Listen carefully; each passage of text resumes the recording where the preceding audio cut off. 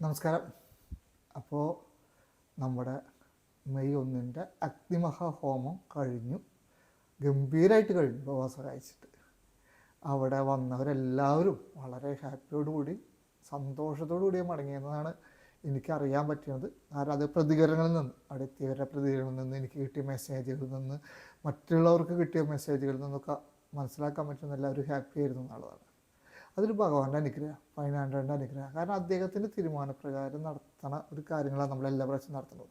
അതുകൊണ്ട് തന്നെ ആ പ്രോഗ്രാംസ് നമ്മൾ വിചാരിക്കണമെങ്കിലും വലിപ്പം കൂടും, അതിൽ പങ്കെടുക്കുന്ന ആൾക്കാരുടെ എണ്ണം കൂടും, അവിടെ അത് അതിഗംഭീരമായിട്ട് നടക്കും.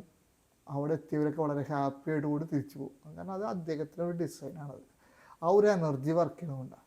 പിന്നെ അതിൻ്റെ റിസൾട്ട് ഭഗവാൻ സാധിച്ചു. എന്തിനു വേണ്ടിയിട്ട് നമ്മൾ നടത്താം, അതിൻ്റെ റിസൾട്ട് ഭഗവാൻ സാധിച്ച് ഈ ലോകത്ത് നടക്കും. കാരണം പഴയനാണ്ടവനും എല്ലാ സിദ്ധന്മാരും ആ സമയത്ത് അവിടെ ഇരിക്കണോണ്ടാണ്. കാരണം ഞാൻ അത് നടത്തണോണ്ടോ, അവിടെ വന്ന് എത്തിയ ഗുരുക്കന്മാർ പൂജ ചെയ്യണോണ്ടോ അല്ല അതിൻ്റെ റിസൾട്ട് കിട്ടുന്നത്. ഞാൻ അത് എപ്പോഴും പറയാറുള്ളതാണ്. ആ സമയത്ത് അവിടെ മുരുകുവാനും എല്ലാ സിദ്ധന്മാരും വന്ന് ഇരിക്കണോണ്ടാണ് ആ റിസൾട്ട് കിട്ടുന്നത്. ചില ആൾക്കാരെ അതറിയാൻ വേണ്ടിയിട്ട് പറയുന്നത്, ചില ആൾക്കാർ ആ സമയത്ത് അവിടെ നിൽക്കാണ്ട് പഴനിമലയ്ക്ക് തൊഴാൻ പോകും. കാരണം ഭഗവാൻ ഇവിടെ ഇരിക്കണം, ഇവിടെ ഇരുന്നാൽ മതി. പക്ഷെ ഇപ്പോൾ ചില ആൾക്കാർക്ക് മനസ്സിലാവുന്നില്ല. ഇവിടെ ഫുൾ ടൈം ഇവിടെ ഇരുന്നാൽ മതി. കാരണം പഴനാടവനും ഒരു എല്ലാ സിദ്ധന്മാരും ആ സമയത്ത് ഇവിടെ ഇട്ടത്. അതുകൊണ്ടാണ് നമുക്ക് ആ റിസൾട്ട് കിട്ടുന്നത്. അതാണ് ഈ ലോകത്തെന്ന രാഷ്ട്രീയപരമായും എല്ലാ രീതിയിലും അത് കാര്യങ്ങൾ നടപ്പിലാവുന്നത് അദ്ദേഹം അവിടെ ഇരിക്കണോണ്ടാണ്. അതല്ലാണ്ട് നമ്മളിത് ചെയ്യണോണ്ടോ, ഞാൻ ചെയ്യണോണ്ടോ, ഗുരുക്കന്മാർ ചെയ്യണോണ്ടോന്നല്ല. പക്ഷെ എനിക്ക് ഇപ്പോൾ പറയാനുള്ളത്, അത് ഗംഭീരമായിട്ട് നടന്നു. അതിന് നമുക്കറിയാം നമ്മളെപ്പോഴും സൗജന്യമായിട്ടാണ് കാര്യങ്ങൾ ചെയ്യുന്നത്. പക്ഷെ അതിന് ഒരുപാട് ചിലവുകളുണ്ടെന്ന് അറിഞ്ഞ് നമ്മൾ ആരോടും നിർബന്ധിക്കാണ്ട് തന്നെ അതിന് തയ്യാറായി വരുന്നൊരു വലിയൊരു കൂട്ടുണ്ട് നമ്മുടെ എല്ലാവർക്കും. അവർക്ക് ഞാൻ ആദ്യമായിട്ട് നന്ദി പറയാണ്. നിങ്ങളുടെ സേവനം, നിങ്ങളുടെ സ്നേഹം, നിങ്ങൾ ചെയ്യുന്ന സഹായം, അതാണ് ഈ ദൗത്യത്തിൻ്റെ ഏറ്റവും വലിയ ബലം. അപ്പോൾ ഒരുപാട് നന്ദി അവർക്ക്. പിന്നെ അടുത്തത് നമ്മൾ IT പരമായുള്ള കഴിവുകൾ ഉപയോഗിച്ച് നമുക്ക് ജനങ്ങളുടെ ഇടയിലേക്ക് നമ്മുടെ മെസ്സേജ് കൊടുക്കാൻ വേണ്ടി സഹായിക്കുന്ന കുറേ പേരുണ്ട്. അത് ലൈവ് രംഗത്തായാലും ശരി, ചാനൽ രംഗത്തായാലും ശരി, പിന്നെ നമ്മുടെ വീഡിയോസ് വഴിയായാലും ശരി, രജിസ്ട്രേഷൻ വിങ്ങിലായാലും ശരി, അങ്ങനെ ഒരു IT ടീം നമുക്ക് സ്ട്രോങ് ആയിട്ടുണ്ട്. അവർക്കും അവരുടെ എല്ലാ കർത്തവ്യങ്ങൾക്കും ഏറ്റവും മനോഹരമായി തന്നെ നിങ്ങളത് ചെയ്തിട്ടുണ്ട്. നിങ്ങൾക്ക് ഞാൻ പ്രത്യേകം നന്ദി പറയാണ്. പിന്നെ നമ്മുടെ ഗ്രൗണ്ട് ഫോഴ്സ് ടീം, കയ്യും മെയ്യും മറന്ന് പ്രവർത്തിക്കുന്ന ഒരു വലിയൊരു കൂട്ടം എനർജറ്റിക്കായ ആൾക്കാർ, അവരുടെ സേവനം, അവരുടെ സ്നേഹം അവിടെ എത്തണ എല്ലാവർക്കും, നമ്മുടെ എല്ലാ പ്രോഗ്രാമിലും അത് അവിടെ എത്തണവരത് അനുഭവിച്ചറിയുന്നുണ്ട്. ആ സ്നേഹം, അതിൻ്റെ ഒരു കൃത്യത, അതിൻ്റെ ഒരു പ്ലാനിങ് ഇപ്പോഴും എല്ലാവരും അതിനെക്കുറിച്ച് പ്രശംസിച്ച് പറയുന്നുണ്ട്. നമുക്കറിയാം വിദ്യാസാഗർ ഗുരുമൂർത്തി പറഞ്ഞത് സായിബാബ ട്രസ്റ്റിൽ കാണുന്ന പോലെയാണെന്ന്. സായിബാബ ട്രസ്റ്റൊക്കെ എന്നൊക്കെ പറഞ്ഞാൽ ഇൻ്റർനാഷണൽ സ്റ്റാൻഡേർഡുള്ള അത്രയും വലിയൊരു ട്രസ്റ്റാണ്. ആ ട്രസ്റ്റിനോടൊക്കെ നമ്മളെ കൂട്ടിയോജിപ്പിക്കുന്ന രീതിയിൽ സംസാരിക്കണമെന്ന് പറയുമ്പോൾ നമ്മളെങ്ങനെ എത്രത്തോളം ഭംഗിയായിട്ട് ഈ പ്രവർത്തനങ്ങൾ നടത്തുന്നു ഭഗവാന്റെ അനുഗ്രഹത്തിൽ എന്നുള്ളതിൻ്റെ തെളിവാത്. അതുകൊണ്ട് ഞാൻ ഗ്രൗണ്ട് ഫോഴ്സ് ടീം അംഗങ്ങൾക്ക് പ്രത്യേകം നന്ദി പറയുന്നു. നമുക്കറിയാം, ഞാൻ അതിനെക്കുറിച്ചിട്ട് അവിടെ സംസാരിച്ചപ്പോൾ കിട്ടിയ കരഘോഷം നിർത്താതെയുള്ള കരഘോഷമായിരുന്നു. അത് അവരുടെ പ്രവർത്തനത്തിൻ്റെ മികവ് തെളിയിക്കുന്ന അവസരമാണത്. എന്തായാലും അവർക്കും നന്ദി. അപ്പോൾ നമ്മളെല്ലാവരും ഹാപ്പിയായിട്ട് ഭഗവാന്റെ ഒരു ഡ്യൂട്ടി ചെയ്തു. അത് കഴിഞ്ഞ് നമ്മളെല്ലാവരും നമ്മുടെ ജീവിതങ്ങളിലേക്ക് തിരിച്ചു പോകുന്നു. അതിനുശേഷമാണ് നമുക്കറിയാം യുദ്ധത്തിൻ്റെ കാര്യങ്ങളൊക്കെ വന്നു. കുറേ പേര് എനിക്ക് മെസ്സേജ് അയച്ചു, ഒരു മെസ്സേജ് യുദ്ധത്തിനെ കുറിച്ച്, അതിൻ്റെ കാര്യങ്ങളെക്കുറിച്ചൊക്കെ പറയാൻ വേണ്ടി. ഇന്ത്യ പാകിസ്ഥാൻ നമുക്കറിയാം, നമ്മൾ 2 മാസം മുമ്പാണ് ഭഗവാന്റെ ഡയറക്ഷൻ വരുന്നത്. നമ്മുടെ ഹോമം അത് നടത്തണം, അഗ്നിഹോമം. അത് മുരുകസേനയ്ക്ക് വേണ്ടി നടത്തണം, സുഭാഷ് ചന്ദ്രബോസിന് വേണ്ടി നടത്തണം, ചാണക്യന് വേണ്ടി നടത്തണം, മൗര്യ സാമ്രാജ്യത്തിന് വേണ്ടി നടത്തണം, മുശികുന്ദ്ര ചക്രവർത്തിക്ക് വേണ്ടി നടത്തണം. അതായത് സേനയ്ക്ക് വേണ്ടിയിട്ടുള്ള ഒരു ഹോമമാണ് അഗ്നിഹോമം. അത് കഴിഞ്ഞിട്ടാണ് അഗ്നിയാഗത്തിലേക്ക് വരുന്നത്. ഈ അഗ്നിഹോമം ചെയ്യുമ്പോൾ 2 മാസം മുമ്പ് നമ്മൾക്ക് ഭഗവാൻ ഡയറക്ഷൻ തരുമ്പോൾ നമ്മളിത് എല്ലാവരോടും പറയുമ്പോൾ ഇങ്ങനൊരു സിറ്റുവേഷൻ ആയിരുന്നില്ല. പക്ഷെ മെയ് 1 നമ്മളത് ചെയ്യണതിന് തലേദിവസമാണ് നമ്മുടെ ബഹുമാനപ്പെട്ട പ്രധാനമന്ത്രി നമ്മുടെ സേനയ്ക്ക് വേണ്ടി എല്ലാ അധികാരങ്ങളും കൊടുത്തിട്ടുള്ളൊരു പ്രസ്താവന ഇറക്കുന്നത്. നമ്മുടെ ഹോമം കഴിഞ്ഞിട്ടാണ് ഈ ദിവസങ്ങളിലാണ് ഈ സംഭവങ്ങളൊക്കെ നടക്കുന്നത്. ഇപ്പോൾ അത് വെടിനിർത്തലിലെത്തി കൈകൊടുക്കുന്നു. ഇവിടെ ഭാരതത്തിന് അതിൻ്റേതായ ശക്തിയോടുകൂടി വിജയിക്കാൻ സാധിച്ചു. പിന്നെ കുറേ പേര് വെടിനിർത്തണതിൻ്റെ പെട്ടെന്ന് എന്തിനാണ് വേണ്ടതെന്നൊക്കെ ചിന്തിക്കുന്നുണ്ട്. പക്ഷേ നിങ്ങൾ മനസ്സിലാക്കേണ്ടത്, നമ്മൾ നേരിട്ട് കാണുന്ന ഒരു സിറ്റുവേഷൻ അല്ല എല്ലായ്പ്പോഴും. ഒരു സംഭവം ഉണ്ടാവണം, ആ സംഭവത്തിൽ ഉൾപ്പെട്ട ആൾക്കാർ മാത്രമാണ് ഇതിൻ്റെ പിന്നിൽ നിന്ന് നമ്മൾ പ്രതീക്ഷിക്കരുത്. അതിൻ്റെ പിന്നിൽ കളിക്കണ കുറേ ആൾക്കാരുണ്ടാവും. അതൊക്കെ ചേർന്നതാണ് ഒരു പ്രവർത്തനം നടക്കുന്നത്. അപ്പോൾ നമ്മൾ നേരിടുമ്പോൾ ഇവരെ മാത്രമല്ല, അതിൻ്റെ പിന്നിലുള്ള ആൾക്കാരെയും കൂടി കാണേണ്ടി വരും. അപ്പോൾ അത് മനസ്സിലാക്കിയിട്ടാണ് നമ്മൾ ഓരോ നീക്കങ്ങളും ചെയ്യുക. കാരണം ഒരു യുദ്ധത്തിൽ ഡയറക്റ്റായിട്ടുള്ള പ്രവർത്തനം മാത്രമല്ല നടക്കുക. നമ്മൾ ചതിനെ ചതി കൊണ്ട് നേരിടേണ്ടി വരും. ഡയറക്റ്റ് ആക്രമിക്കണമെങ്കിൽ ഡയറക്റ്റായിട്ട് ആക്രമിക്കേണ്ടി വരും. മിണ്ടാണ്ടിരിക്കണോട് മിണ്ടാണ്ടിരിക്കേണ്ടി വരും. കയറടിക്കേണ്ട സമയത്ത് കയറടിക്കേണ്ടി വരും. ഇതിങ്ങനെ പല സ്റ്റെപ്പുകളുണ്ട് ഒരു ശത്രുവിനെ. കാരണം നമ്മുടെ രാജ്യം അടുത്ത ലെവലിലേക്ക് ഉയരുമ്പോൾ ഓട്ടോമാറ്റിക്കായി അത് ഇഷ്ടപ്പെടാത്ത കുറേ ആൾക്കാരുണ്ട്. കുറേ രാജ്യങ്ങളും അങ്ങനത്തെ ഞാൻ അതിൻ്റെ ഉള്ളിലേക്ക് കടക്കണില്ല, അതവരുണ്ട്. അപ്പോൾ അവർ പല രീതിയിൽ തന്നെ തുരങ്കം വയ്ക്കാനോ തടസ്സപ്പെടുത്താനോ ശ്രമിക്കും. നമ്മളൊരു ഒറ്റ ഡയറക്ഷനാണെന്ന് മാത്രം വിചാരിക്കരുത്. അപ്പോൾ നമ്മൾ ചെയ്യേണ്ട, ഭാരതം അതിൻ്റെ ശത്രുക്കളെ, അതായത് ഭാരതത്തിലെ ഉയർച്ചയ്ക്ക് വേണ്ടി ശ്രമിക്കുമ്പോൾ, അതിൻ്റെ അടുത്ത ഘട്ടത്തിലേക്ക് വളരാൻ ശ്രമിക്കുമ്പോൾ അതിനെ തടസ്സം നിൽക്കുന്ന തുരങ്കം വയ്ക്കുന്ന ശത്രുക്കളെ ഡയറക്റ്റ് അറ്റാക്കിലോട് മാത്രമല്ല നേരിടേണ്ടി വരിക.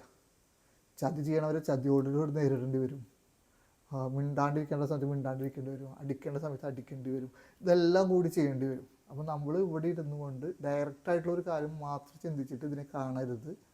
അതിനുള്ള കഴിവുള്ള ആൾക്കാരാണ് ഭരിക്കണത്. അവരതിൻ്റേതായ രീതിയിൽ ചെയ്തോളും. പിന്നെ മുരുകവാൻ്റെ ശക്തമായ ഇടപെടലുകൾ ഇതിലുണ്ട്. അപ്പോൾ അതുകൊണ്ട് നമുക്ക് അതിൻ്റെ ശക്തമായി തന്നെയാണ് നമ്മുടെ സൈഡിൽ നിന്ന് മനസ്സിലാക്കാൻ പറ്റുന്നത്. നമുക്ക് നമ്മുടെ അഗ്നിഹോമം നടത്തിയത് ഇതിനു വേണ്ടി, അതിൻ്റെ ശക്തിക്ക് വേണ്ടിയിട്ടാണ്. അഗ്നിയാഗത്തിന് എത്തുന്ന മുമ്പ് ഇനി ഒരുപാട് കാര്യങ്ങൾ നടക്കും. അതിൽ ചതി കൊണ്ട് നേരിടേണ്ടി വരും. ഞാൻ വീണ്ടും വാക്ക് ഉപയോഗിക്കുകയാണ്. ചില സംഭവത്തിന് ചതിയോട് നേരിടേണ്ടി വരും. അത്ര ചില സംഭവങ്ങൾ നടക്കാം അഗ്നിയാഗത്തിന് മുമ്പ്. അത്തരം ചില ശത്രുക്കൾ അവരുടേതായ രീതിയിൽ നേരിട്ടുകൊണ്ട് തന്നെയാവും നമ്മൾ അഗ്നിയാഗത്തിൻ്റെ സമയത്ത് എത്തുക. അവിടെ ഭാരതത്തിൻ്റെ സമ്പൂർണ്ണ വിജയം അവിടെ നടന്നിരിക്കും. അപ്പോൾ അതിലേക്കുള്ള ഒരു സ്റ്റെപ്പാണ് ഈ സംഭവം. അത് മാത്രം പറഞ്ഞുകൊണ്ട് ഞാൻ അതിനെക്കുറിച്ച് നിർത്തുകയാണ്. കാരണം ഇതൊരു പല തുടർച്ചകളുടെ ഒരു തുടർച്ചയാണ്. യാഗത്തിനെത്തണ മുമ്പ് അത്തരം ചില കാര്യങ്ങളിലൂടെ അതിൽ നടന്നുകൊണ്ടിരിക്കും. അപ്പോൾ അതും കൂടി മനസ്സിലാക്കിയിട്ട് വേണം നമ്മളിതിനെ കാണാൻ. മുരുകവാനും മുരുകസേനയും തയ്യാറായിട്ട് ഇവിടെ നിൽക്കുന്നുണ്ട്. ഭഗവാന്റെ അനുഗ്രഹത്തിൽ ഇതിലിറങ്ങിയിട്ടുണ്ട്. ഇത്രമാത്രം നമ്മൾ പറയണു. പിന്നെ എനിക്ക് പറയാനുള്ളത്, നമ്മളെ അന്ന് അടുത്തൊരു സംശയം ചോദിച്ചിരുന്നു എന്നോട്, എന്തുകൊണ്ട് കറുപ്പ് ഡ്രസ്സ് അന്ന് ഞാൻ ധരിച്ചു എന്നൊരു കുറച്ച് ആൾക്കാർ എന്നോട് ചോദിച്ചു. നമ്മുടെ പരിപാടികളിലൊക്കെ, നമ്മൾ നടത്തുന്ന യാഗങ്ങളിലായ അങ്ങനത്തെ ഡ്യൂട്ടികളിലൊക്കെ നമ്മൾ ഒളിപ്പിച്ചു വെച്ച ചില കാര്യങ്ങളുണ്ടാവും, ചില സന്ദേശങ്ങളുണ്ടാവും. എല്ലാ സ്പൂൺ സ്പീഡിങ് പോലെ നമുക്ക് കൊടുക്കാൻ പറ്റില്ല. നിങ്ങൾ കുറേയൊക്കെ എല്ലമാർക്കിടെ പ്രോഗ്രാമിന് വരുമ്പോൾ അവിടെ വെച്ച ബിംബങ്ങൾ, അവിടെ വെച്ച ചില കാര്യങ്ങളൊക്കെ, അങ്ങനെ പല കാര്യങ്ങളും അവിടെ ഉണ്ടാവും. നമ്മളത് പറയാണ്ട് തന്നെ അവിടെ വെച്ചിട്ടുണ്ടാവും. അതൊക്കെ മനസ്സിലാക്കുക, ശ്രദ്ധിക്കുക.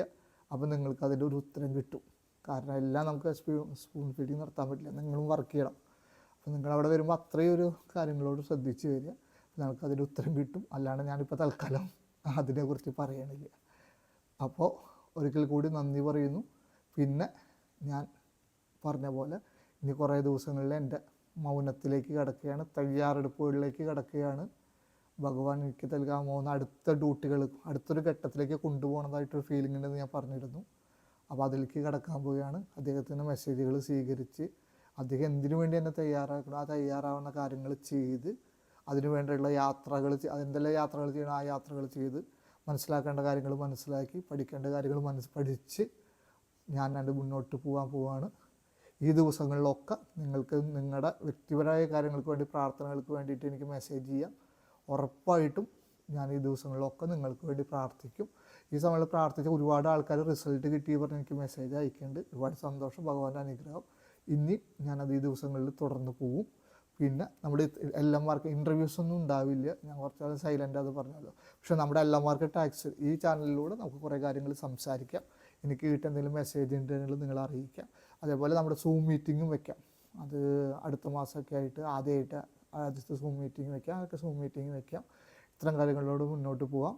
അപ്പോൾ അഗ്നിയാഗത്തിന് മുമ്പ് ഒരുപാട് കാര്യങ്ങൾ നടക്കാണ്ട് ചില ആൾക്കാരെ ഭാരതത്തിൻ്റെ ചില എതിരാളികളെ ആ രീതിയിൽ തന്നെ നേരിടേണ്ടതായ ചില സന്ദർഭങ്ങൾ വരും. നിങ്ങൾ ആലോചിച്ച് നോക്കൂ, നമ്മളിപ്പോൾ അഗ്നിഹോമം നടക്കണ മുമ്പ് നമുക്കിത് കിട്ടിയപ്പോൾ ഈ സിറ്റുവേഷൻ ആയിരുന്നില്ല. പക്ഷേ എനിക്ക് വേണ്ടി നമ്മൾ നടത്തി, ഭഗവാൻ കളത്തിലിറങ്ങി, മുരുകസേന കളത്തിലിറങ്ങി. ഇനി അത് മുന്നോട്ട് പോവുകയാണ്. അഗ്നിയാഗത്തിന് മുമ്പ് അത്തരം ചില കാര്യങ്ങളോട് നടന്ന് അഗ്നിയാഗത്തിലേക്ക് എത്തും. അതുവരെ ഞാൻ എന്നോട് നിശബ്ദനായിരിക്കാനാണ് പറഞ്ഞത്, അതുകൊണ്ട് ഞാൻ നിശബ്ദനായിരിക്കുന്നു. തയ്യാറെടുക്കാനാണ് പറഞ്ഞിരിക്കുന്നത്, തയ്യാറെടുക്കുന്നു. പിന്നെ രണ്ടാമത്തെ പുസ്തകത്തിൻ്റെ എഴുത്ത് പണിപ്പുരയിലേക്ക് കടക്കണം, കുറച്ച് അതിനെ ആലോചിക്കണം. പിന്നെ അത്തരം കാര്യങ്ങളിലൂടെ ഞാൻ നടന്നു പോവുകയാണ്. നിങ്ങൾ ഈ എല്ലാവർക്കും ടാക്സിലൂടെ നിങ്ങളോട് സംസാരിക്കാം, മീറ്റിങ്ങുകൾ വയ്ക്കാം. നിങ്ങളുടെ പൂജയ്ക്ക് നിങ്ങൾക്ക് വേണ്ടി പ്രാർത്ഥിക്കാനുള്ള കാര്യങ്ങൾ എന്നോട് പറഞ്ഞാൽ മതി. തീർച്ചയായും വ്യക്തിപരമായ കാര്യങ്ങൾക്ക് വേണ്ടി ഞാൻ പ്രാർത്ഥിക്കും. അത്രയൊരു യാത്രയിലേക്ക് കടക്കുകയാണ്. അത് വളരെ ഇമ്പോർട്ടൻ്റായ ഒരു യാത്രയാണ്. ഞാൻ ഭഗവാൻ സഹായിച്ചിട്ട് എന്നെ അടുത്തൊരു ഘട്ടത്തിലേക്ക് കൊണ്ടുപോകാൻ പോകുന്നൊരു യാത്രയാണ്. ഭാരതത്തിൻ്റെ ചില കാര്യങ്ങൾക്ക് വേണ്ടി ഭഗവാനും മുരുകസേന ഇറങ്ങിയ ഒരു സമയമാണ്. കാരണം ഭാരതം അടുത്തടുത്ത ഘട്ടത്തിലേക്ക് ഭാരതം ഉയർന്നു പോയിക്കൊണ്ടിരിക്കുകയാണ്. അപ്പോൾ ഓരോ ഘട്ടം കഴിയുമ്പോഴും ശത്രുക്കളുടെ രീതികളും മാറും, അവരനുസരിച്ച് വ്യത്യാസങ്ങൾ വരും. അതിനനുസരിച്ച്, കാരണം എളുപ്പമല്ല ഒരു ലെവലിൽ നിന്ന് അടുത്ത ലെവലിലേക്ക് ഒരു രാജ്യം കയറി വരുമ്പോൾ അതിനെതിരിടാൻ വരുന്ന ആൾക്കാർ.